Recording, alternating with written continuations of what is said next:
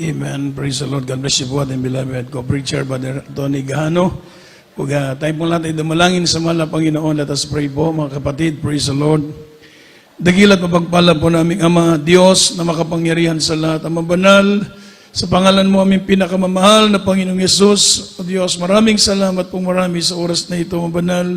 Sa unang dalangin po namin, beloved Honorable Pastor, kami nagkapasalamat sa dakilang pribilehiyo na binigay mo sa amin, malayang makapagpuri, makapagpasalamat, O Diyos, madama namin ang iyong banal at matamis na presensya. Salamat po, Diyos, sa lahat ng blessing na binigay mo sa amin sa araw-araw, sa iyong pag-iingat, Ama banal. Narito kami sa pagkikinig sa iyong banal na salita. Pagpalain niyo po ang iyong banal na salita sa ganang akin. Wala akong magagawa, gamitin niyo akong instrumento, maging daluyan ng pagkapalang espiritual sa oras na ito at aming sinasaway ang lahat ng adlang ng kaaway sa pangalan ni Jesus.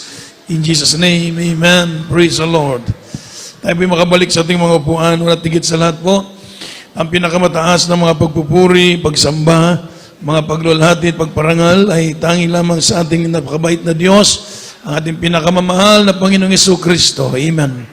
At tayo po'y nagbibigyan ng dobling paggalang, respeto sa ating ginagalang at minamahal na Evangelista, Wildy Estrada Almeda, at again din po sa patuloy nating inaalala mga gintong aral at turo ng ating ginagalang at minamahal na Stand Pastor Lina C. Almeda sa kanilang buong sambayan, sa mga ating minamahal na mga webcast viewers, sa lahat ng mga kapatiran, sa lugar na ito ng San Fernando, Cebu, mayong gabi kanatong tanan. Praise the Lord. Purin po ng ating mabait na Diyos. Tayo po tuloy-tuloy na po sa pagkikinig ng salita ng Diyos. At sa gabing ito, mga minamahal na pakabait ng Panginoon. Amen. Sa ating aralin, mga minamahal, bigyan natin ng tinatawag na pamagat, itong tinatawag na compromise. Amen. Compromise. Yung salitang compromise, mga minamahal, hindi natin makikita sa banal na kasulatan. Subalit, ito po'y nangungulugan na ang ibig sabihin, mga minamahal, ng compromise sa diksyonaryo, mga minamahal, yung kompromiso, ito po ay a settlement or itinatawag na settlement or a dispute in which it's concede. Ito pong kompromiso, ito yung pagsisettlement ng bawat parte at sila'y magkakasundo. Amen. So mga minamahal, dito po mga minamahal, bigyan natin ng tinatawag na kompromiso. Ang buhay natin mga Kristiyano, ang buhay ng ating paglingkod sa mahal na Panginoon, ang iglesia, pwede bang magiging kompromiso ang church sa sanlibutan o sa kasalanan, ang Kristiyano maging kompromiso sa kasalanan? Ang sagot po dyan, mga minamahal, ay hindi pwede. Ever amen. So, sa buhay ng mga Israelita, mga minamahal, na sila po ay kinuha ng Diyos sa dako ng Egypt, mga Israelita, sa panahon ni Moses, merong mga offered si King Pharaoh, ever amen, na mga kompromiso para sa kanila. Habang sila ay kinakausap ni Moses, meron din po siyang ino-offer na compromise para sa mga Israel. Ang sabi ng Diyos kay Moses, kukunin mo ang aking bayan sa Egypt at dadalhin mo doon sa ilang at kayo maghandog sa Diyos. Amen. Nang siya po ay pumunta kay King Pharaoh, pinatigas ng Diyos ang puso ni King Pharaoh at sa gayon siya nagbigay ng mga mga kompromiso. Basahin natin ating banal na kasulatan. Ito po ay may malaking kaugnayan sa ating buhay mananampalataya. Amen. Unang mga kompromiso, ulitin ko po mga minamahal, compromise according to the dictionary means a settlement of a dispute in which it's concede. So compromise involve conceding, tatawag na concession, sacrifice of principles. So sa Christians mo minamahal, may we do this? Ang sagot, no. 10,000 times no. Ever amen. So compromise involves the partial surrender of one's position in concession to another party. So, sa ating mga Kristiyano, mga minamahal, meron po mga cohorts, yung sinatawag Satan cohorts, yung mga limbong sayawa. So sa ating mabuhay mga Kristiyano, mga minamahal, pwede ba nating i-apply yung kompromiso sa kasalanan o ang church sa kasalanan, sa worldliness?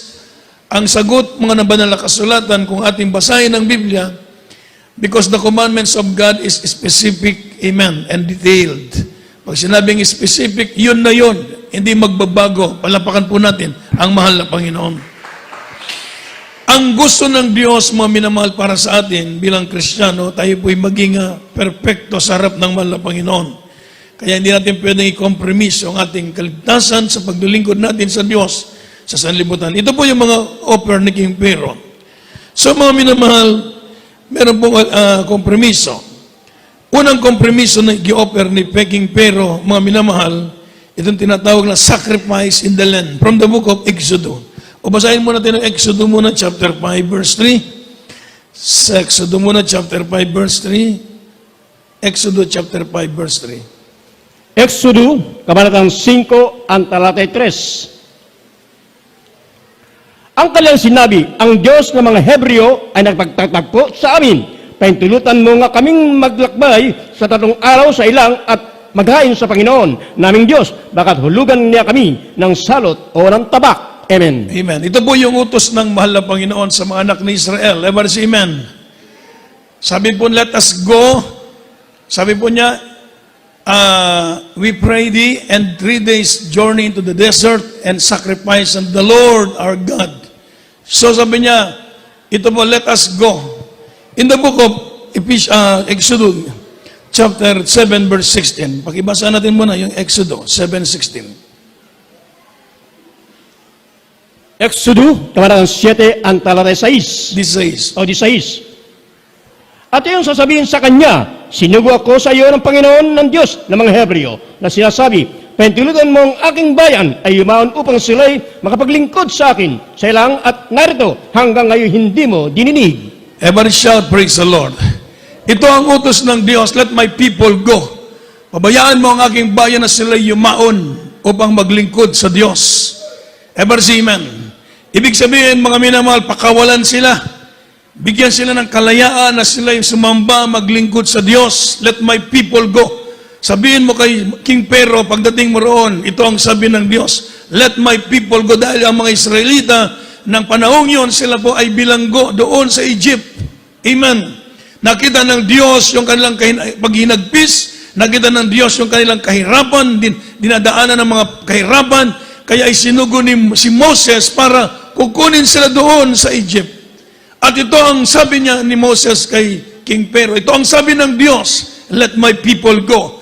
Pabayaan mo ang aking bayan na sila yumaon, that they may serve thee in the wilderness, upang sila maglingkod sa akin dito sa ilang.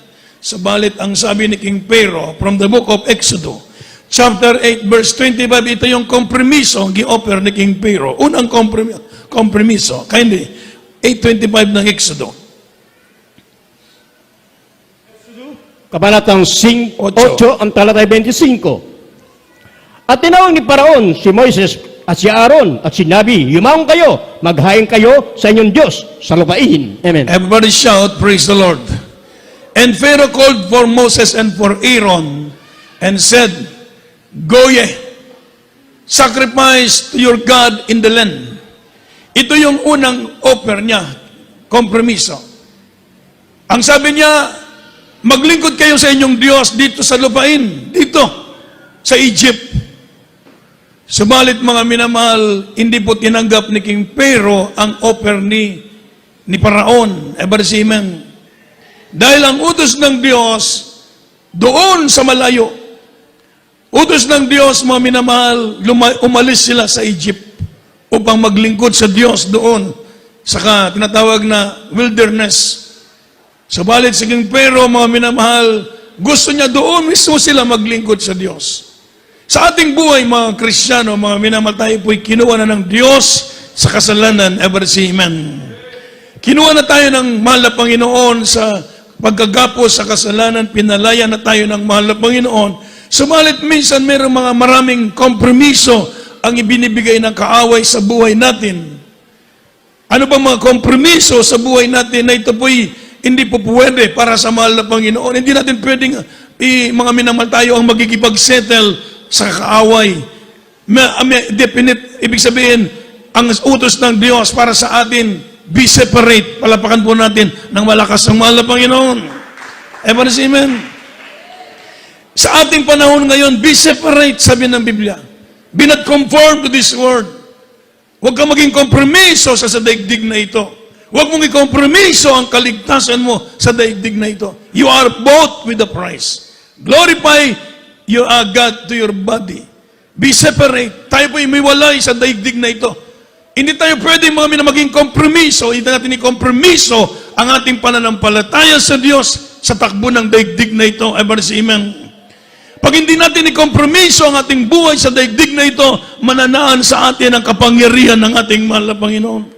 Kaya kumbagat mga minamahal, maraming gawain, maraming mga churches ngayon, subalit sabi nga evangelical compromise, mga minamahal tinatawag na with modernist. Sila ay nagsasabing mga Kristiyano, subalit mga minamahal, nandun pa rin sila. Compromise with modernist. Moderno na raw sa panahon ngayon. Subalit ang sabi po ng banal na kasulatan, heaven and earth shall pass away, but the word of God shall never pass away. Amen. Yung itinuro sa atin ng ating beloved parents in the Lord, sa ating pagkakilala sa mahal na Panginoon, yung mga katuruan nating natutuhan sa kanila, ito na po yung katuruan na tayo po'y aakyat sa langit at magmamana ng buhay na walang hanggan. Palapakan natin ang mahal na Panginoon. Kaya kakaiba sa atin, last mga minamahal, mga tiwik, after ng ating choir assembly dito, doon sa dako ng Bohol, at nakahapon nandun kami sa dako ng Zamboanga. Biyahe na naman kami pagkatapos, biyahe na naman papunta pa uwi. Wala pa kaming halos mga tulog, mga minamahal. Nagkaroon tayo ng gathering sapagkat magdadaos tayo ng crusade this coming October sa dako ng Zamboanga dahil magdadaos tayo ng church anniversary. Ever say praise the Lord. So gagawin natin spiritual revival crusade at the same time church anniversary. So ginather namin yung mga choir member and explain ano ba ang rules and regulation ng speaking choir member? Bakit sinasamahan tayo ng presensya ng Diyos? Bakit nasa atin ang banal na presensya ng mahal na Panginoon? Dahil ang hindi natin ikompromiso ang turo ng banal na kasulatan. Palapakan natin ang mahal na Panginoon.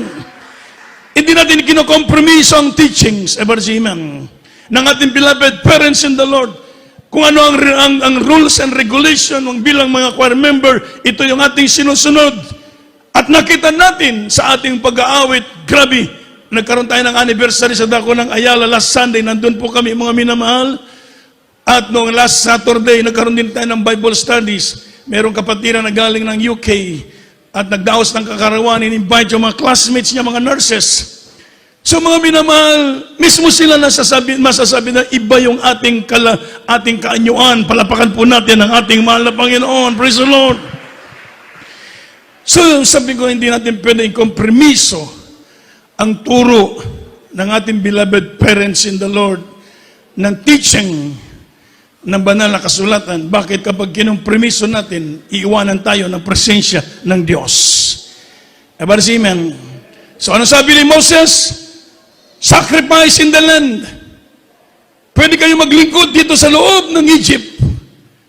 Pero hindi pwede. Dahil si King Saul, ang sabi ng Diyos kay King Saul, lipulin mo silang lahat, wala kang ititira, maging mga hayop nila. Lahat ng tao doon sa kanilang pupuntahan, sabi ng mahal na Panginoon kay King Saul, lipulin mo sila, pati mga hayop, wala kang ititira. Subalit si King Saul, mga minamahal, nakita niya matataba yung mga hayop, hindi niya pinatay, nagalit ang Diyos. Amen. Tinanggal siya sa pagiging hari.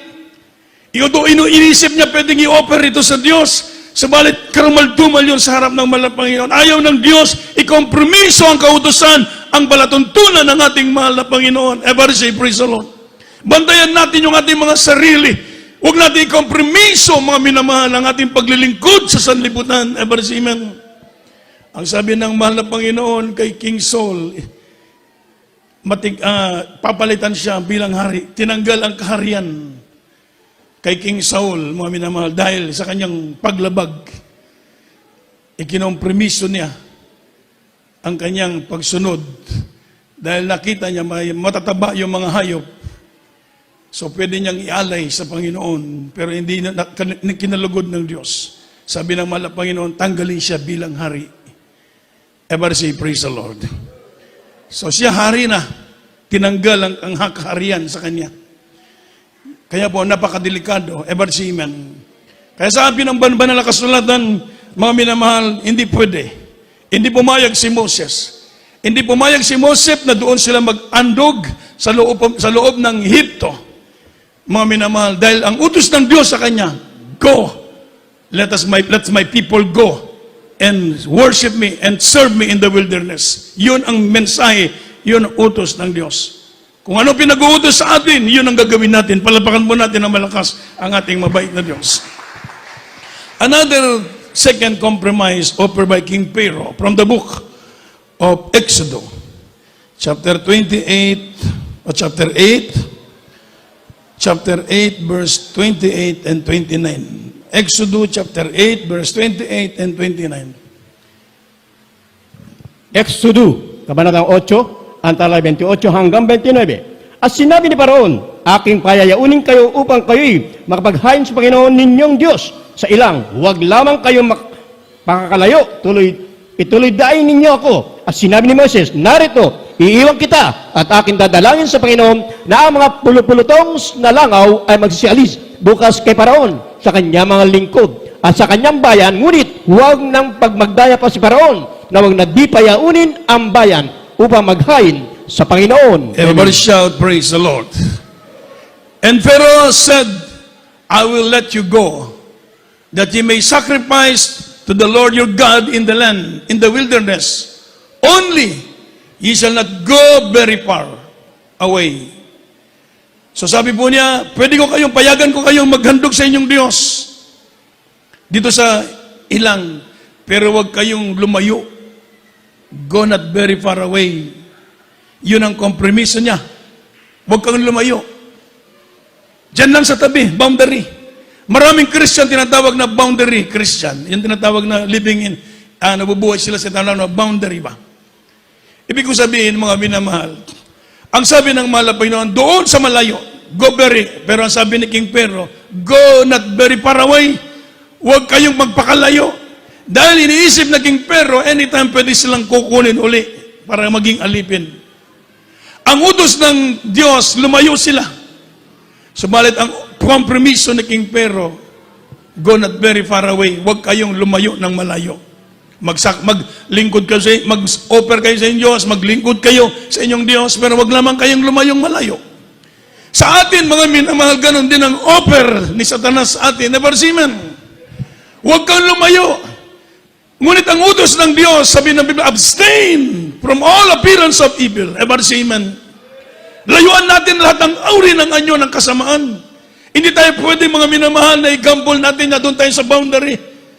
Pag nandun ka sa tabi-tabi, mga nandun ang kasalanan, nandun ka, madali kang, kagaya na nga, lumapit ka sa apoy, di mo madali kang masunog, ever see man?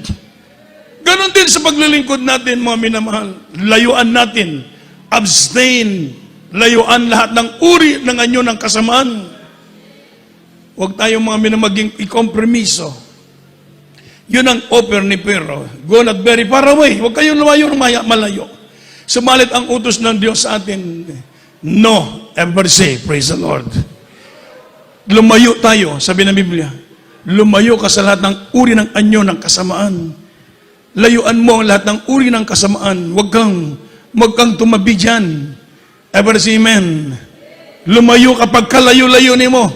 Dahil kung malayo ka, hindi ka mahagilap ng kaaway. Ever say, amen.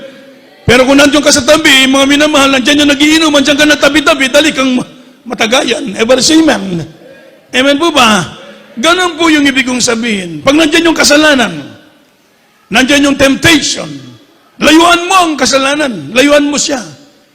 Si Joseph, mga minamahal, meron siyang ginamit dahil the temptation of Joseph is great because it was lust. And perhaps the woman is beautiful. Amen. But Joseph is tinatawag na responsible with God and with man. Ever see man? So he reasoned out and by fleeing away. Tumakas siya, lumayo siya, tumakbo siya palabas. Ever see man? So mga minamahal sa ating buhay Kristiyano, mga minamahal, huwag natin kompromiso. Layuan natin ang kasalanan. Hindi pwede tayong tumabi. Palapakan mo natin ang malakas ang ating mahal na Panginoon. So yun ang offer of kompromiso. Go not very far away. Huwag kang lumayo, sabi niya. Pangatlong kompromiso. Basahin mo natin mga minamahal ang Exodo, chapter 10, verses 8 up to 11. From the book of Exodo, chapter 10, verses 8 to 11. Exodo, kabaran 10, ang talatay 8 hanggang 11. 11. At si Moises at si Aaron ay pinagbalik kay Paraon at kanyang sinabi sa kanila, kayo yumaon, maglingkod kayo sa Panginoon, ninyong Diyos. Darapat sino-sino yung magsisayaon. At sinabi ni Moises, kami ay yayaon 10 ng aming mga bata at 10 ng mga matanda, 10 ng aming mga anak na lalaki at babae, 10 ng aming mga kawan, 10 ng aming mga bakahan. Kami ay yayaon sapagkat kami ay nararapat ipagdiwang ng isang pista sa Panginoon. At kaya sinabi sa kanila, sumainyo nawa ang Panginoon, na gaya ng aking pagpapayaon sa inyo, at sa inyong mga bata, mag-ingat kayo sapagkat ang kasamaan ay nasa harap ninyo. Huwag ganyan, yumaong kayong mga lalaki at maglingkod sa Panginoon sapagkat iyan ang inyong inananasa at sila'y pinaalis sa harap ni Paraon. Amen. Ever shout, praise the Lord. Third compromise offered by Pharaoh, mga minamahal, yung tinatawag na let the only man go. Let the only man go. Sabi niya, sige, sa ano bang gusto nyo? Ano sabi ni Moses sa verse 8 mo minamahal? Sa ating nabasa sa verse 8 muna mo minamahal? Kami ay yayaon kasama ang aming mga anak, kasama ang aming mga asawa, ever see men? Kasama ang aming buong pamilya, kasama ang aming mga bakahan o mga tupa. Yun ang gusto ng Diyos, ever see men? Walang ititira. Ever see men? Wala pong ititira doon. Kasama lahat. Lahat sila buong pamilya, anak nila, mga lahat, pati mga kahayupan nila. Sabi niya, Moses, we will go with our young and with our old, with our sons and with our daughters, with our flocks and with our herds, we will go. Ever say amen. Lahat pala, dadalin lahat, walang ititira. Subalit ang sabi ni King Pharaoh, huwag ganyan. Sabi niya, sabi po mga let the only man go. Yun lamang mga tatao, yun lamang mga lalaki ang aalis. Iwanan nyo yung anyong anak, asawa, bakahan, tupahan.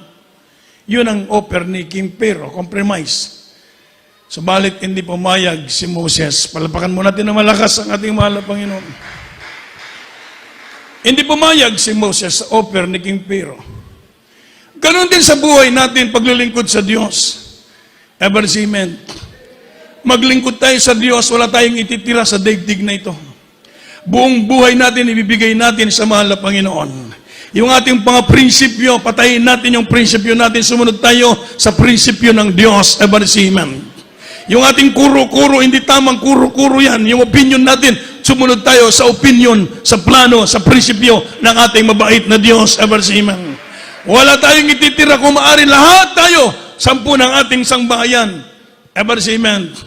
Ibigay natin, ipaglingkod natin sa Diyos ang ating buong lakas. Wala tayong ititira. Everybody shout, praise the Lord. Hallelujah. Buong buhay, ibigay natin ang ating buong buhay sa mahal na Panginoon. Huwag tayong maging kompromiso sa ating buhay, mga minamahal. Ever say amen. So, yun ang utos ng Diyos. Lahat sa akin ibibigay, sabi nga ng kanta, ever see men? Buong buhay natin, lahat sa atin ibibigay natin sa mahal na Panginoon. Kung anong plano ng Diyos, anong kalooban ng Diyos. Let the Lord, mga minamahal, amen. Ibig sabihin, thy will be done. Ang kalooban ng Diyos, ang masunod. Palapakan mo natin na malakas ang ating mahal na Panginoon. Huwag natin kompromiso. Dahil pag magkukompromiso ka, ma-auto-blessing ka. Hindi ka mag-matured, hindi mo mauintindihan ang kalooban ng Diyos, hindi mo maunawaan ang kalooban ng Diyos dahil meron kang tinitira. Everybody say amen. Sabi nga ng banal na kasulatan, love the Lord. This is the commandment. You shall love the Lord with all your heart, with all your soul, and with all your might. Everybody say amen. Ibigin natin ang Diyos ang buong puso, buong lakas, buong kaluluwa, ibigay natin sa mahal na Panginoon the best. Yun ang kailangan nating ibigay sa mahal na Panginoon.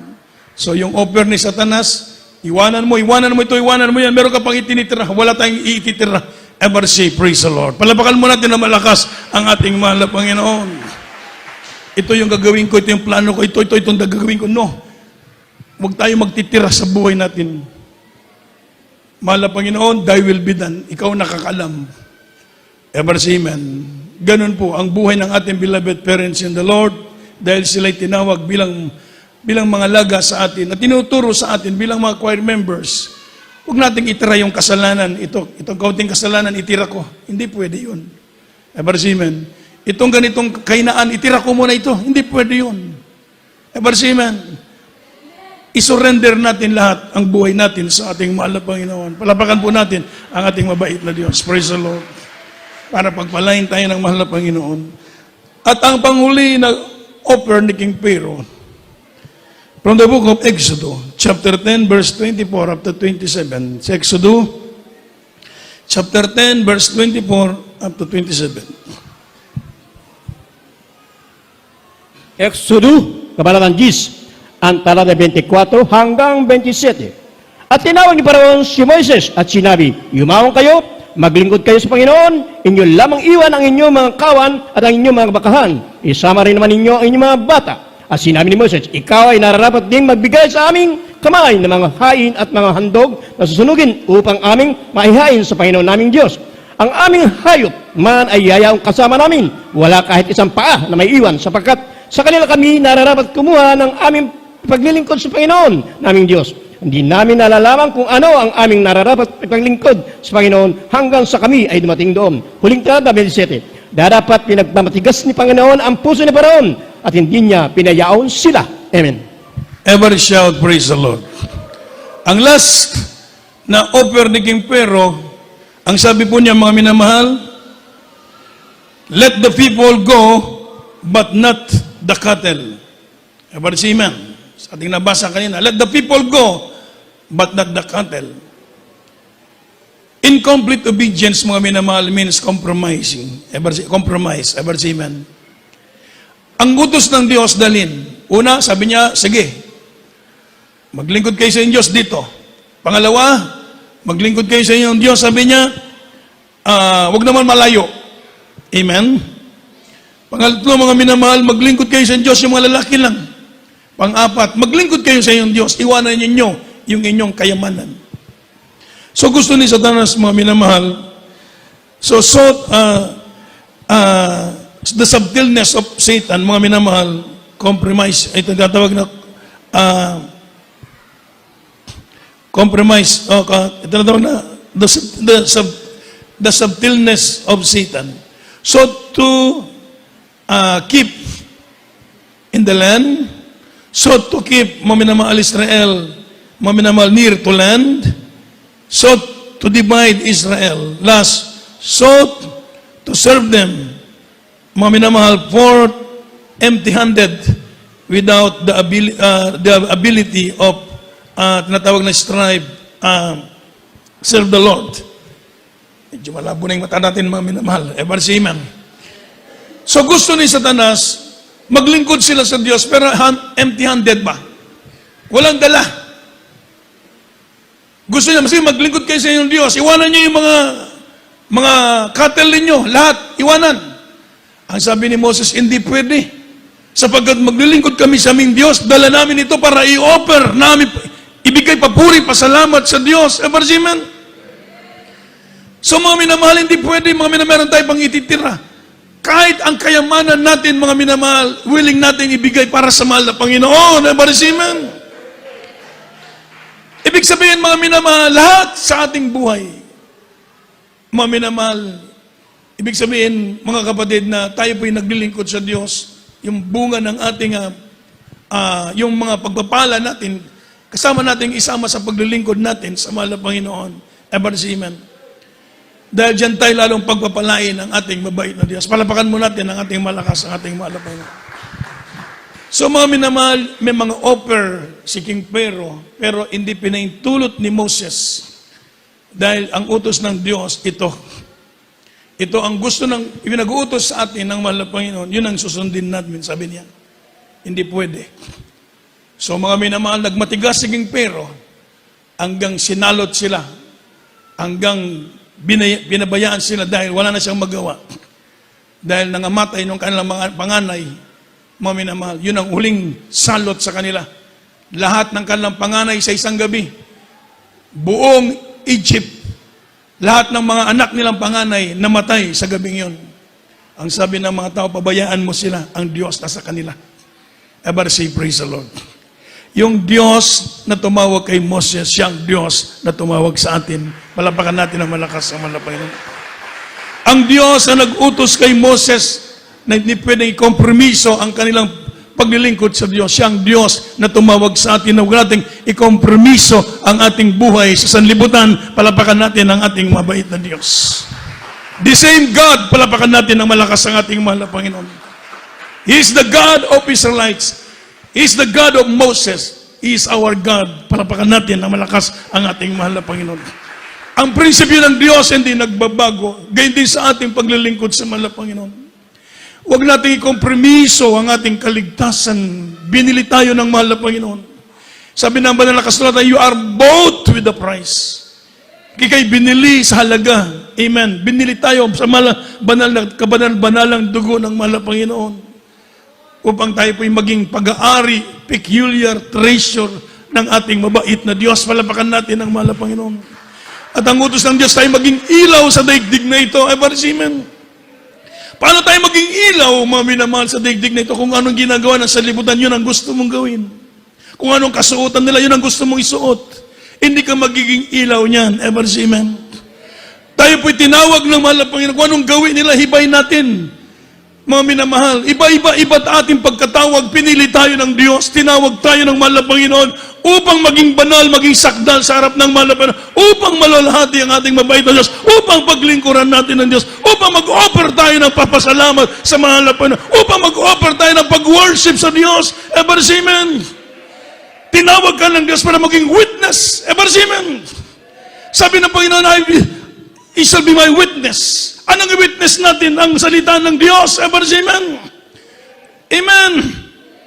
I-witness natin ang kapangyarihan ng Diyos sa kanila. I-witness natin na may Diyos na totoong Diyos natin pinaglilingkuran. Siyang Diyos na hindi nagbabago noon, ngayon at magpakailanman. Ang Diyos na tumawag sa atin tayo maging witness. I-share natin sa kanilang gospel. Ito ang ebanghelyo ng kaligtasan upang sila rin po'y makakilala at magmana ng buhay na walang hanggan. Inutusan tayo ng Diyos maging witness. Amen. Sa mga kapitbahay natin, sa mga katrabaho na inyo, sa inyong mga loved ones, sa inyong mga kapitbahay, witness natin ang ebanghelyo. Tinawag ka maging saksi, maging witness para sa kanila. Amen. Kaya po mga minamahal, be on fire. Dahil kung malamig tayo, isusuka tayo ng Diyos. Sabi ng Panginoon, ayaw kung ikaw ay mainit, ayaw kung ikaw ay maligamgam. Ang maligamgam, hindi ka mainit. Amen. Hindi ka mainit sa paglilingkod sa Diyos, maligamgam ka, isusuka ka ng Diyos. Isusuka ka ng mahal na Panginoon. Ayaw ng Diyos na ikaw'y maligamgam sa paglilingkod sa Kanya.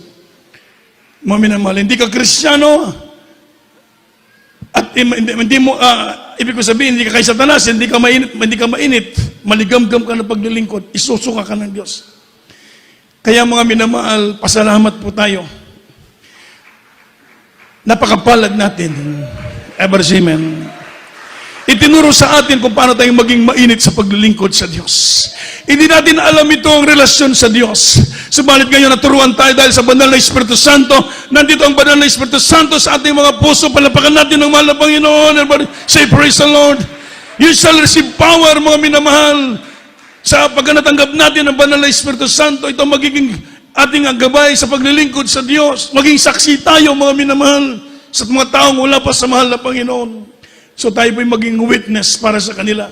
Hindi tayo pwedeng maging makiayon sa kanila. Hindi tayo pwede makiayon sa daigdig na ito. Alam naman natin mga minamahal itong lahat, patibong ni Satanas para ang tao ay mapapahamak sa impyerno.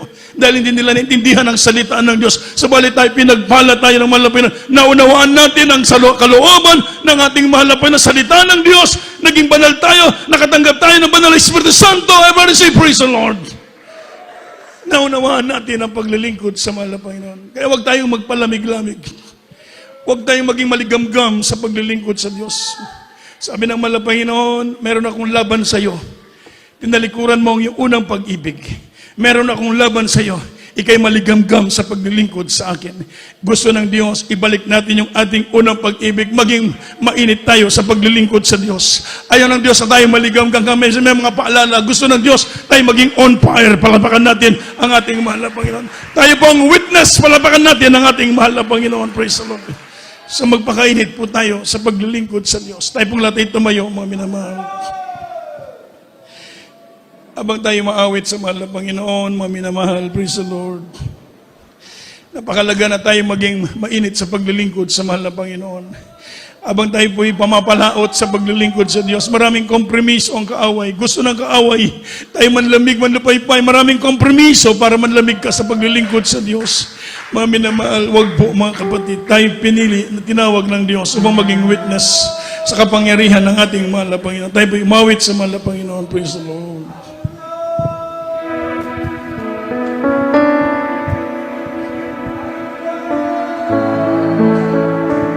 Awitin natin yung awiting Rekindle, Your First Love in My Heart. Praise the Lord. Kindly, beloved singers. Rekindle your first love in my heart. Yes, Lord. I never intended to depart from the trusting child I was, simply knowing just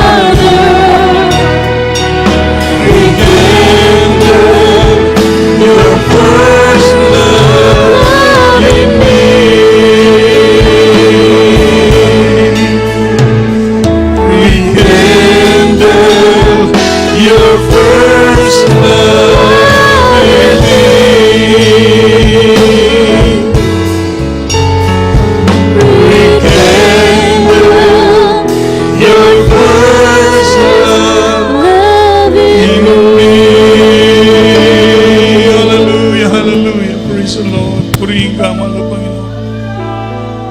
Sa oras na ito, mga minamahal, tayo tinawag ng Diyos maging witness, praise the Lord, sa kanyang kapangyarihan. Upang makilwalhati ang ating mahal na Panginoon. Praise the Lord, makilala ang Diyos na ating pinaglilingkuran. Hallelujah, hallelujah. Tayo magkaisang dumulangin sa ating mahal na Panginoon, sa ating mga pangailangan. Hallelujah, hallelujah. Mapagpala namin ang mga Diyos na makapangyarihan sa lahat. Mahal na Panginoong Yesus, sa unang dalangin na aming ginagalang minamahal na Pastor Wildis Almeida, rito kami nagpapasalamat o Diyos sa mga salita namin na pakinggan. Lalo tigit sa iyong banal at matamis na presensya, O God. Misan na pa, O God. Kami nagsusumamo na patawarin sa aming mga kainaan, sa aming mga pagkukulang, O Diyos. Minsan kami naging kompromiso, O Diyos, sa aming paglilingkod, mahal na Panginoon. Hallelujah. Igawad mo yung abag kapatawaran sa bawat sa amin, O God. Hallelujah. Tulungan mo kami, O Diyos, makasunod sa iyong banal na kalooban, mahal na Panginoon. Napakabuti mo sa amin. Kami tinawag, pinili upang maging saksi na iyong kapangyarihan. Mahal na Panginoon, pagpalain mo ang bawat kapatiran narito, ang bawat pangailangan, mga problema man, mga kainaan, mga karamdaman, pananumik, panilupaypay, alisin mo, Diyos. Hallelujah. Revive mo po ang bawat kapatiran, maging sa lahat ng mga nanonood sa oras na ito sa aming mga kapatiran, O Diyos. Pagpalain mo po kaming lahat sa lahat ng bagay. Revive kaming lahat. Palakasin mo kami, O Diyos, sa mga kapangyarihang pangalan ni Jesus. In Jesus' name. Ipatong kamay sa inyong ulo, mga minamahal. I-cast out natin ang mga karamdaman. Sige po, dakilang Diyos, aming sinasaway lahat ng uri ng karamdaman sa mga kapangyarihang pangalan ni Jesus. I bind the power of darkness in the name of Jesus. Demons of problems, problem be solved. Vices began, lust of the eyes, lust of the flesh, pride of life, cast out in the name of Jesus. Lukewarmness, cast out. Backsliding spirit, cast out in Jesus' name. Hallelujah. Yung may na mga karamdaman, lumayas ka sa pangalan ni Jesus. Amen. Praise the Lord. Tayo pong lahat ay tumayo, mga minamahal. At bilang pagpasamba, pagpupuri sa mahal na Panginoon, let us all shout 3 times, jump and shout 3 times. Hallelujah. Praise the Lord. Sige. Hallelujah. Praise the Lord. Hallelujah. Praise the Lord. Hallelujah. Praise the Lord. God bless you po, mga minamahal. At dahil ako sa ating announcement, tuloy-tuloy po ang ating pananambahan po. This coming Friday, adjust po natin ang kaunti yung ating oras. Ever say amen. So, magiging, nag-start po tayo ng mga 6 muna kasi medyo nag-aaral pa, nalilate po yung ibang kapatiran. So, tuloy-tuloy po hanggang mga 6 po, mag-start tayo ng 6 this coming Friday. Hindi na po 5, 6 ako na po mga kapatid. So, regular po yung ating Sunday, alas 10 hanggang alas 3. Wednesday 4 to 8. Yung Friday lang po yung adjust natin kasi para makaabol yung ibang kapatiran. Amen. Ever say, praise the Lord. So, purin po ating mahal na Panginoon at tayo pong latay tumayo. At tayo po idanda ko na sa ating closing prayer. Kindly po ating beloved Brother Antonio Rondina para sa ating paghiwa-hiwalay. Praise the Lord. Amen. Praise the Lord. Grabe po itong beloved Brother Preacher ng Lumarinda. Magkambot ang mga ison sa itong temporal bulag-bulag. Dalay kong kadiyos na itapusan malapin o ni matam kagabi yun magari salamat malapin tapos mamblaton malapin pati midweek service malapin kay guban kanamo Diyos salamat malapin sa matang siblan nga presensya pabati sa matag sa kanamo Diyos salamat malapin sa gusto luton si Mr. J. Paul Solim lawit na litan mga choir mabuntan sa mission pagpasabot sa paghati sa kaplugar labasotan sa mga pulong nga rigulbunga gagahom di salamat malapit sa matamis bilan nga presensya bubatis ng tago sa kanamo malapit ti puro bulag-bulag sunod dalangin sa mga pastor sa alamida Lord ampingan proteksyon mo ilikatos kasi ang talag mas mabiyay pagsakay sa mga kaigsunan o ibalay sa pasimba pagday paghimay ka prayer service malapit ang gitaran giampo sa pangalan ni Jesus in the mighty name of Jesus amen and amen. Praise the Lord. Amen. God bless you po. We love in the Lord, but our dearest Jesus loves you po. Magkamayan po tayo. We love in the Lord at magpalihans po sa ating preacher serya palihog.